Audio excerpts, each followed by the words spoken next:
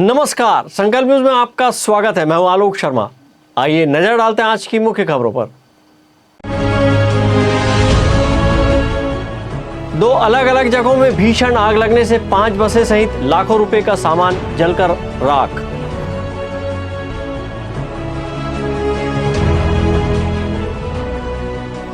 Police और मुस्लिम समाज की बैठक में निर्णय, मुहर्रम में डीजे, धुमाल, बैंड बाजा, नाच गाना प्रतिबंधित।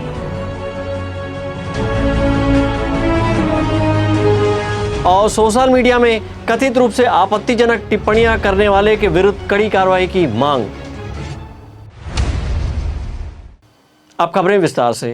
राजनांदगांव शहर में आज दो अलग अलग जगहों में भीषण आग लगने से 5 बसें सहित लाखों रुपए का सामान जलकर राख हो गया। भीषण आग लगने से क्षेत्र में हड़कंप मच गया और अफरा तफरी का माहौल बना रहा। हालांकि दमकल विभाग की टीमें के पहुंचने पर आग पर काबू पाया गया। राजनांदगांव शहर के 2 स्थानों में आगजनी का मामला सामने आया है, जिसमें बसंतपुर स्थित अंशदीप इलेक्ट्रॉनिक एवं एमएस फर्नीचर दुकान के 4थी मंजिल में आग लगी है। वहीं दूसरी आगजनी की घटना पाताल भैरव मंदिर के पास स्थित दादर ट्रेवल्स के डिपो में लगी है, जहां वहां खड़ी 5 बस जलकर राख हो गई। भीषण आग लगने से हड़कंप मच गया। घटना शनिवार की 11:30 बजे के आसपास की बताई जा रही है, जब लोगों ने अंशदीप इलेक्ट्रॉनिक दुकान के 4थे मंजिल से आसमान में धुआं उठते देखा और पुलिस सहित दमकल विभाग को सूचित किया। आग इतनी विकराल थी कि दुकान के रखे सामान जलकर राख हो गए।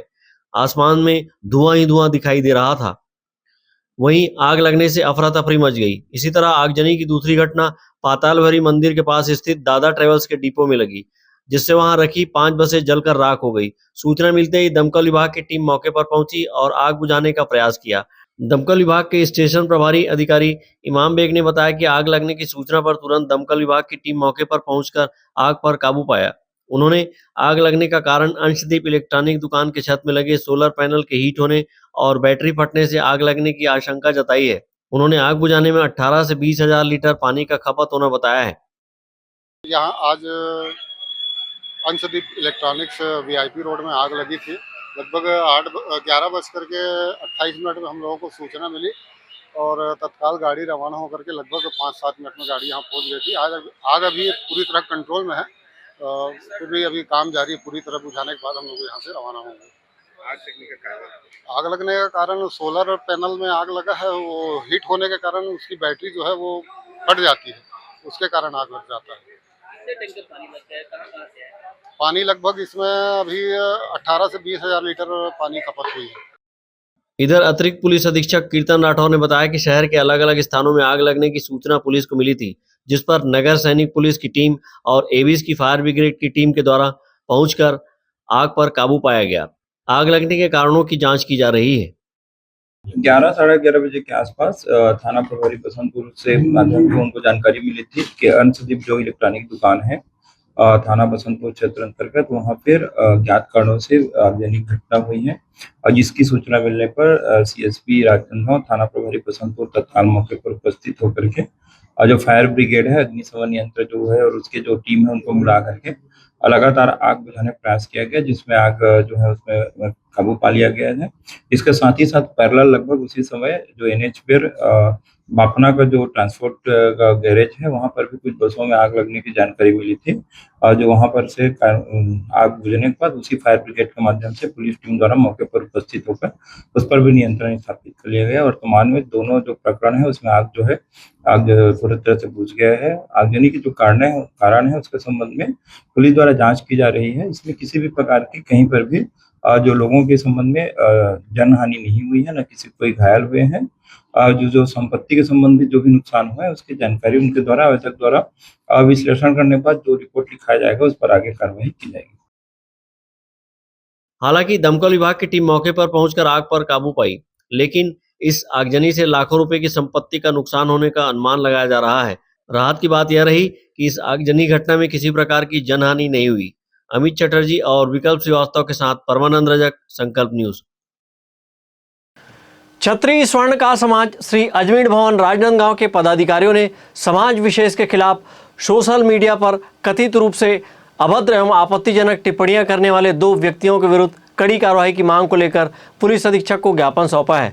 और समाज ने चेतावनी देते हुए कहा है कि यदि समय रहते उचित कार्रवाई नहीं की गई तो समाज के लोग आगे की रणनीति बनाने के लिए बाध्य होंगे।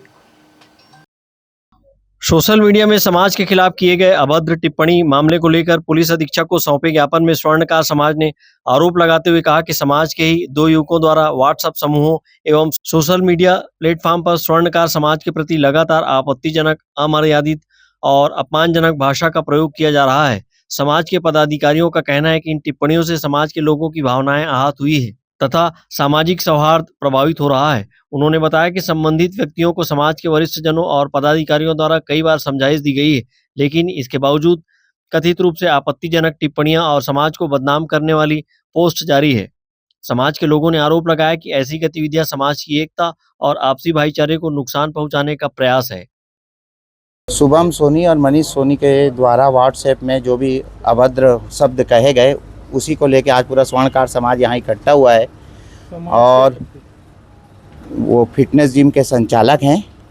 उनको जो भी वो व्हाट्सएप में लिखे गलत शब्द पूरे समाज को, उसी के लिए आज समाज इकट्ठा होकर एसपी मैडम को विज्ञापन देने आए हम लोग सब। और भीख मांग रहे चंदा के नाम से, है ना? ठीक है। स्वर्णकार समाज के पदाधिकारियों ने पुलिस प्रशासन से मामले की निष्पक्ष जांच कर संबंधित व्यक्तियों के खिलाफ संवैधानिक कार्रवाई करने की मांग की है। साथ ही भविष्य में इस प्रकार की घटनाओं की पुनरावृत्ति रोकने के लिए आवश्यक कदम उठाने का आग्रह भी किया है। विकल्प श्रीवास्तव के साथ परमानंद रजक, संकल्प न्यूज। अब वक्त है ब्रेक का। ब्रेक के बाद आप देखेंगे पुलिस और मुस्लिम समाज की बैठक में निर्णय।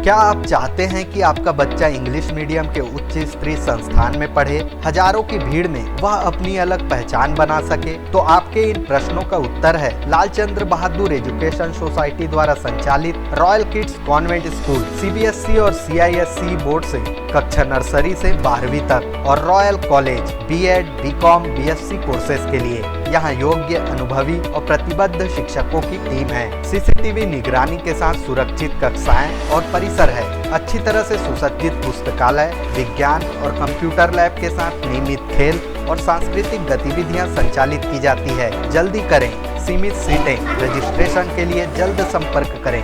Royal Kids Convent and doctor JB Singh Memorial Senior Secondary School और Royal college, Lalbagh G Road, Rajnandgaon. Mobile 9977 810001।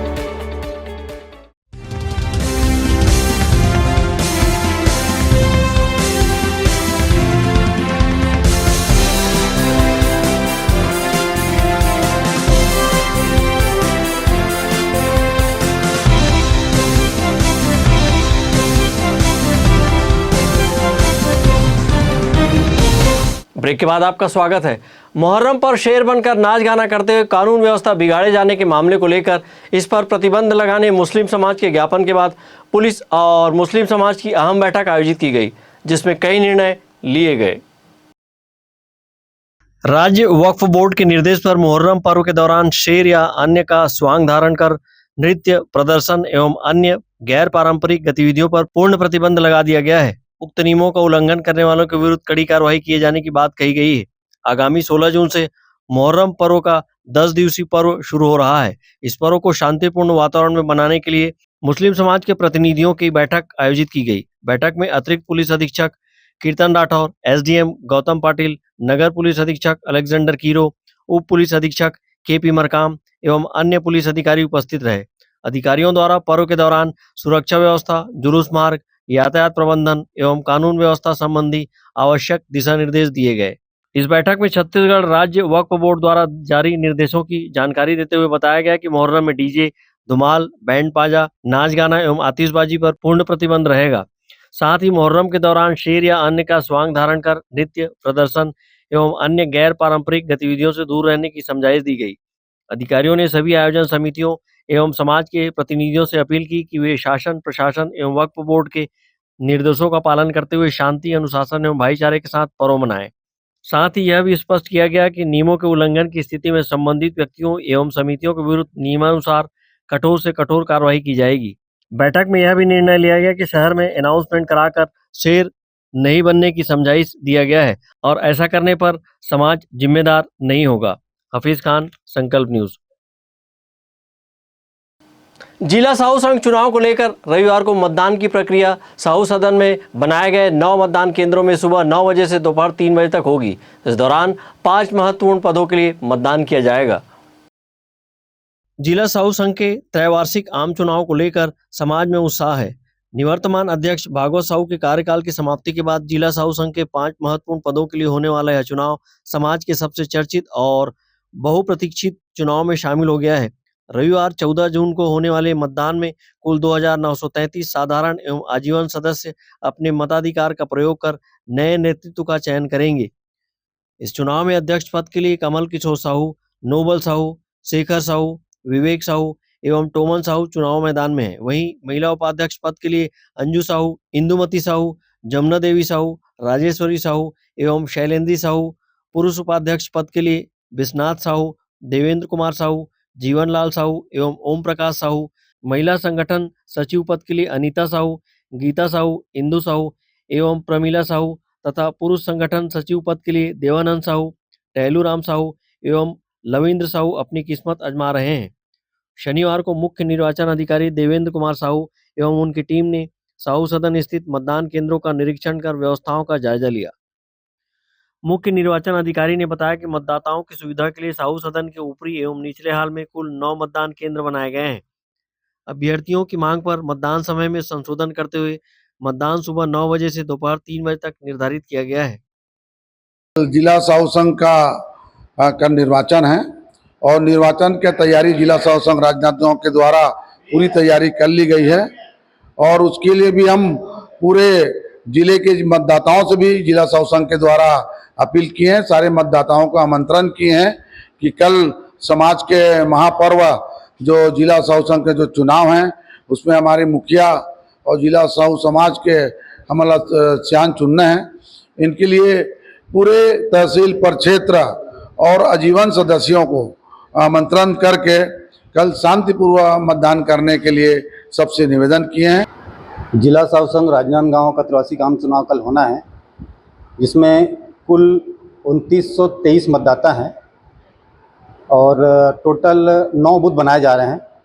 इनमें 5 पदों पे चुनाव होना है, एक अध्यक्ष, 2 उपाध्यक्ष जिसमें एक महिला एक पुरुष रहेगा और 2 संगठन सचिव, ऐसे 5 पदों में चुनाव होना है, जिसके लिए हमने कुल 9 बूथ बनाए हैं। सभी बूथ में लगभग एक बूथ में 325 मतदाता रहेंगे और थोड़ा सा समय भी हमने परिवर्तन किया है, क्योंकि कुछ प्रत्याशियों का निवेदन था कि 10:30 से 3 बजे जो समय रखा गया है वो समय कम भी है और 5 पदों में चुनाव होना है, 5 मतपत्र पे मुहर लगनी है, तो समय कम पड़ेगा और गर्मी का समय है, हो सकता है शाम को मौसम ख़राब भी हो रही है। उस स्थिति में सभी के निवेदन पर हमने समय को चेंज किया है और समय जो है मतदान का वो सुबह 9 से 3 बजे तक का रहेगा। मतदान समाप्त होने के बाद मतगणना की प्रक्रिया प्रारंभ होगी तथा देर शाम तक परिणामों की घोषणा कर विजयी प्रत्याशियों को निर्वाचन प्रमाण पत्र प्रदान किया जाएगा। सभी मतदाताओं से मतदान केंद्र पहुंचते समय आधार कार्ड, मतदान पहचान पत्र, पैन कार्ड, ड्राइविंग लाइसेंस तथा अन्य किसी वैध फोटोयुक्त पहचान पत्र के साथ आने की अपील की गई है। संकल्प न्यूज के लिए अंकालू साहू की रिपोर्ट। आज की खबरों में बस इतना ही। हमें दीजिए इजाजत। नमस्कार।